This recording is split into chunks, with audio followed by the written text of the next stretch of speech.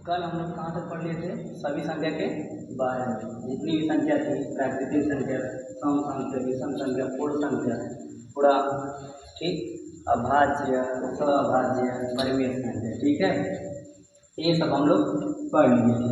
ठीक, तो आज हम पढ़ेंगे विभाज्यता के नियम, ठीक है, जो भी दो है, दो का है, तीन का है, चार का है, पाँच का है, ठीक, ये सब नियम पढ़ेंगे हम, ठीक है। तो दो का इसमें सबसे पहले आता है दो का विभाज्यता का नियम। ये क्या होता है कि इस नियम के अनुसार दो का जो विभाज्यता का नियम है उसमें क्या होता है कि जिस संख्या का इकाई के स्थान पे, ठीक है, यानी कोई संख्या है, अगर उसके इकाई के स्थान पे कौन सा आ जाए, इसमें से कोई आ जाए, ठीक है, 0, 2, 4, 6, 8, इसमें से कोई अगर इकाई के स्थान पे किसी संख्या से आएगा तो वो दो से पूर्णतः विभाजित हो जाएगा। कितनी बड़ी संख्या हो, सिर्फ उसका लास्ट इकाई अंक देखना है, ठीक है। अगर 0, 2, 4, 6, 8 में से कोई होगा इकाई स्थान पे तो वो संख्या दो से पूर्णतः कट जाएगी। जैसे मान चलो 1, 4, 5, 6, 7, 8 ये लिख दिए, तो हम ये नहीं चेक करेंगे इस सब को, ठीक है, हमें इसको इससे मतलब उतना नहीं है, हमको लास्ट इकाई स्थान का मतलब है। अगर यहाँ पे 2, 0, 2, 4, 6, 8 में से कोई है, ये पूरा संख्या कैसे कट जाएगी? दो से विभाजित हो जाएगी। आएगा समझ? चलो ठीक है, 3 का देखते हैं। 3 का विभाज्यता का नियम क्या है? इसमें है कि जो भी संख्या दी रहेगी, ठीक है, 3 के विभाज्यता के नियम में जो भी संख्या दी रहेगी सबसे पहले उसके अंकों का योग निकालेंगे। किसका योग? अंकों का, ठीक है। जैसे मान चलो कोई संख्या दी है, ठीक, लिख दिए 123, ये संख्या दी है। अब सबसे बोला 3 का नियम विभाज्यता क्या बोला है कि इसमें संख्या के अंकों का निकालेंगे योग। इसमें जो भी संख्या है उसका योग निकालो, 1 + 2 + 3 कितना है? 6। जो अंकों का योग आएगा अगर वो 3 से विभाजित हो जाए, किससे? 3 से। कितना बार में कटे वो मतलब नहीं, लेकिन बस कटना चाहिए। अगर वो कट गया, पूर्ण रूप से कट गया, तो कोई भी संख्या हो पूरा 3 से कट जाएगी। आई बात समझ में? क्या कहने का मतलब है कि यदि कोई संख्या दी है, ठीक है, उसके अंकों का योग अगर 3 से कट जाता है, विभाजित हो जाता है, तो वो पूरी संख्या क्या हो जाएगी? 3 से विभाजित हो जाएगी। आप इसी को काटे देख लीजिए, 3 इसका योग निकाले हैं, कितना आया? 6। 3 से काटे हैं, कटा है, ये भी संख्या 3 से कट जाएगी। 3 चौक को 3 1 कम, कितनी बड़ी संख्या हो, पहले उसके अंकों का योग निकालेंगे। अगर 3 से कट गया क्या करेंगे?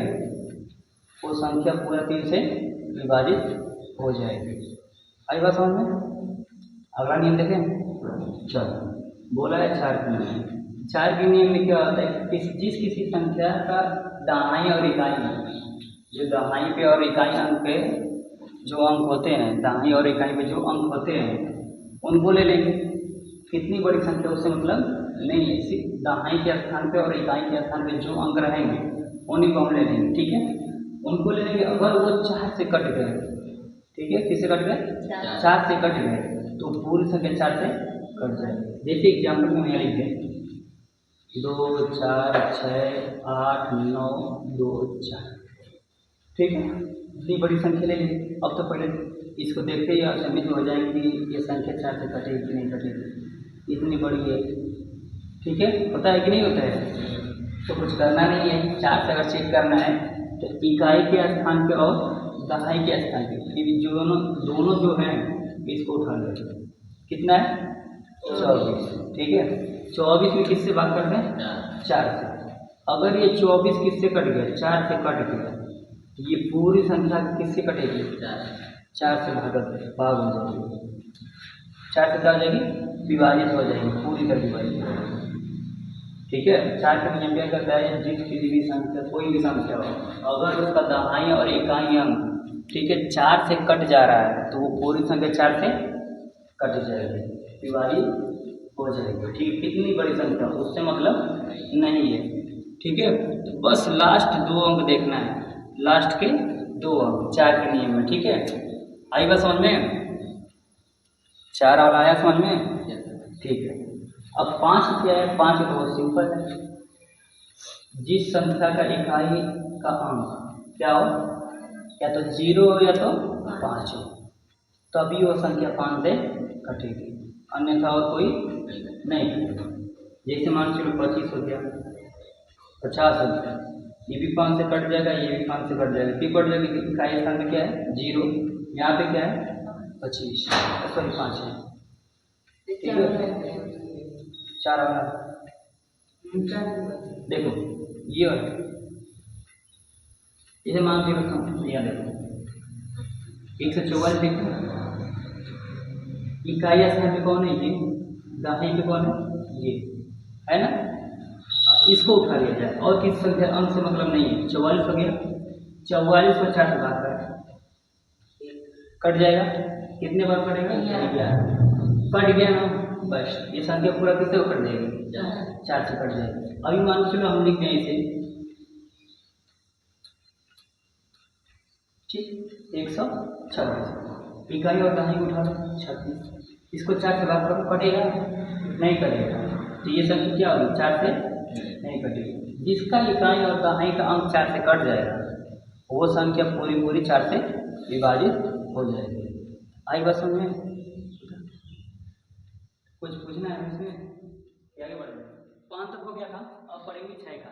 7 का इसलिए नहीं पढ़ेंगे क्योंकि इसमें 7 में 7 का जो नियम है परफेक्ट पूर्ण रूप से सही नहीं दिया है, इसलिए। ठीक है, चलो 6 का नियम पढ़ते हैं, देखते हैं क्या है। 6 का नियम क्या बोला है कि जो संख्या 2 और 3 से पूर्ण रूप से कट जाएगी, ठीक है, जो संख्या 2 और 3 से क्या होगा पूर्ण रूप से विभाजित हो जाएगी, वह संख्या किससे विभाजित होगी 6 से। क्यों होगी? क्योंकि 6 का फैक्टर करें क्या आएगा 2 गुणे 3, इसलिए हो रहता है कि जो संख्या 2 और 3 से क्या होगी कट जाएगी, पूर्ण रूप से कट जाएगी, वो संख्या 6 से पूरा कट जाएगी। नहीं तो देखो, अगर मान चलो कि हम लिख दें 14, 2 से कटता है, ठीक है, तो 2 से ये कट जाएगा, लेकिन 6 से कटेगा नहीं कटेगा, 3 से भी कटना चाहिए। ऐसी संख्या खोजेंगे जो 2 और 3 दोनों से कटे, जैसे 12 प्लेट 2 से भी काटो और किससे 3 से भी काटो, दोनों से कट जा रहा है। ये जो संख्या 2 और 3 दोनों से कटेगी वो संख्या किससे भी कटेगी। क्या बोला था कि जो संख्या 2 और 3 से पूर्ण से कटेगी वो संख्या 6 से क्या होगी कटेगी। अगर मान लो 2 से कटी 3 से नहीं कटा तो संख्या 6 से कटेगी नहीं। ठीक है, क्या रखो।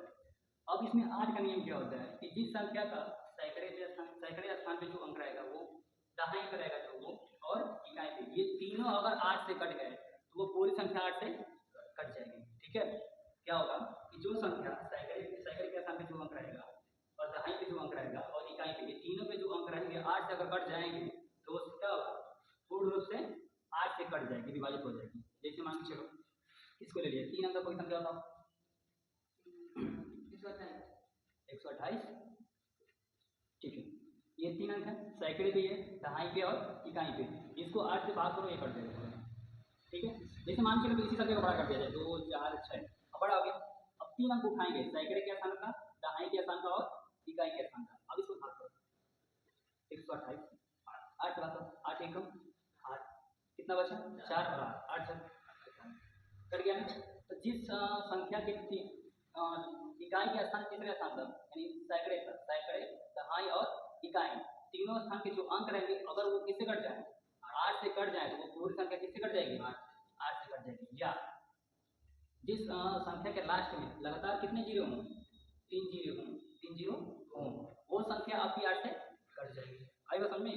जब हम लोग 4 वाला पढ़ रहे थे 4 का नियम, उसमें भी है कि जिस संख्या के लास्ट में डबल जीरो हो लगातार अंत में, ठीक है, दहाई और इकाई पे डबल जीरो हो वो संख्या 4 से कट जाएगी। लेकिन 8 में क्या है कि 3 जीरो होना चाहिए।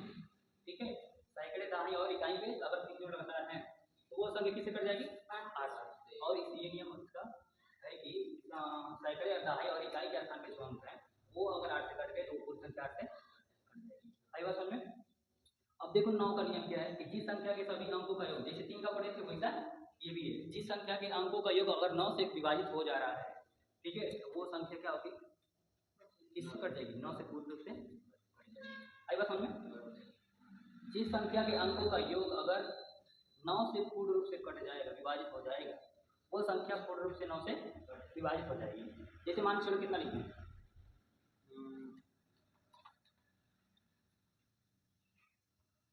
चलो 7 देखो सभी को जोड़ लो, 7 + 2 + 9 कितना आ गया 18। 18 को 9 से डिवाइड करो, कितना है 2 बार कट, ये इसका योग क्या हुआ 9 से कटा, यानी कि ये संख्या 9 से क्या होगी कट जाएगी। आइए समझ में, काट के देख लो, 8 9 72, 8 1, ठीक है। आइए समझ में, क्या बोला है कि जिस संख्या के अंकों का योग अगर 9 से पूर्ण रूप से कटेगा तो वो संख्या पूर्ण रूप से 9 से विभाजित हो जाएगी, ठीक है। अब थोड़ा 11 का जो नियम है वो देखो, इसमें ध्यान देना, बोला है कि इकाई स्थान से आरंभ करते हुए सम स्थानों के अंकों का योग तथा विषम स्थान के अंकों का योग का अंतर अगर 0 या 11 का गुणज हो, अपवर्त्य हो, तो वो संख्या 11 से विभाजित होगी। कहने का मतलब ये है कि जैसे 13 21 ले लें, 13 21, तो इकाई स्थान लेते हुए, इकाई किधर है इधर है, इस तरह से आरंभ करते हुए सम स्थान पे जो अंक रहेंगे और विषम स्थान पे जो अंक रहेंगे उनको जोड़ के उनका अंतर निकालना है। तो सम स्थान पे कौन है, ये है और ये है, तो 3 1 + 3, और विषम पे कौन है, ये और ये, इनको भी जोड़ो 1 + 3, इनका क्या निकलना है 3 1 4, कितना आया 0। अगर यार 0 आ जाए और क्या आ जाए 11 के गुणज, तो वो संख्या किससे कटेगी 11 कटेगी। अंतर आना चाहिए, दोनों सम स्थान और विषम स्थान के अंकों का योग का अंतर या तो 0 या फिर 11 के गुणज हो, तो वो संख्या क्या होगी 11 से पूर्ण रूप से कटेगी। अब देख लो 13 21 काट देखो, 11 से 11 एकम 11, कितना बचा 2 और 3 मिलके 23, 11 दूनी 22, एक बचे फिर 11, 11 एकम आएगा समझ में, ज्यादा रहेगा तब वो वही देखेंगे, इकाई और से आरंभ करेंगे, ठीक है। सम स्थान पे जो अंक होंगे उनको जोड़ लेंगे, विषम स्थान पे जो अंक हो गए उनको जोड़ लेंगे, उसके बाद उसका अंतर निकालेंगे। अंतर निकालने के बाद अगर 0 आ गया, ठीक है, कितना आ गया 0 आ गया या 11 के गुणज आ गया, ठीक है, तो वो संख्या क्या होगी